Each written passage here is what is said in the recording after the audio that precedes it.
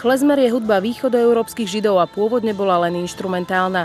Neskôr vznikali aj skladby so spevom s jidiš textami. My radi hráme ľudové, naozaj taký dedinský, maďarsko-rumúnsky, povedzme, klezmer.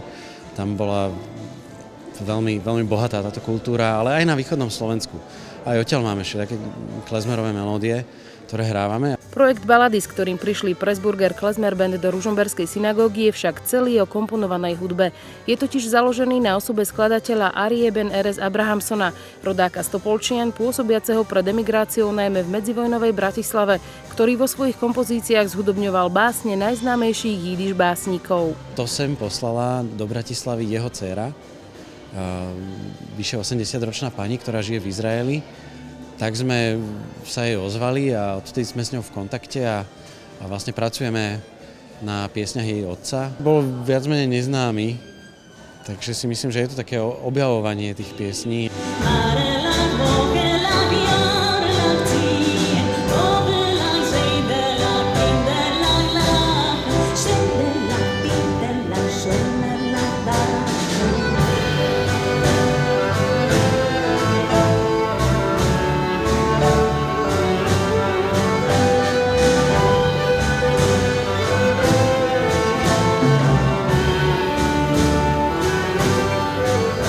Klezmer sa dá spoznať aj podľa nástrojového obsadenia, v ktorom nemôže chýbať klarinet a husle, ale aj akordeón či malý cymbal. Kedysi však hrali klezmer zostavy na tom, čo práve mali po ruke. Myslím si, že tá melodika je najtypickejšia a tá nejakým spôsobom je ovplyvnená synagogálnym spevom. A vlastne zrejme v začiatkoch z toho vyšla, aj keď klezmer je hudba svetská. Nie náboženská.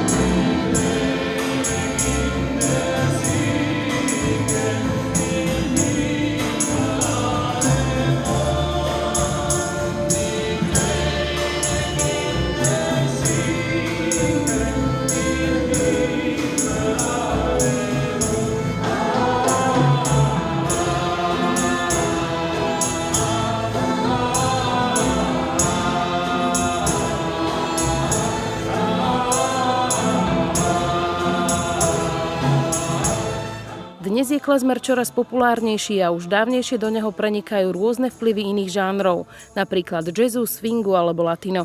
Výraz klezmerovej kapely ovplyvňoval aj temperament hudobníkov. Kapela, ktorá mala židovského kapelníka, povedzme, a mala obsadenie pomiešané často. Tam boli cigánsky muzikanti a židovskí napríklad spolu, možno ešte aj iní.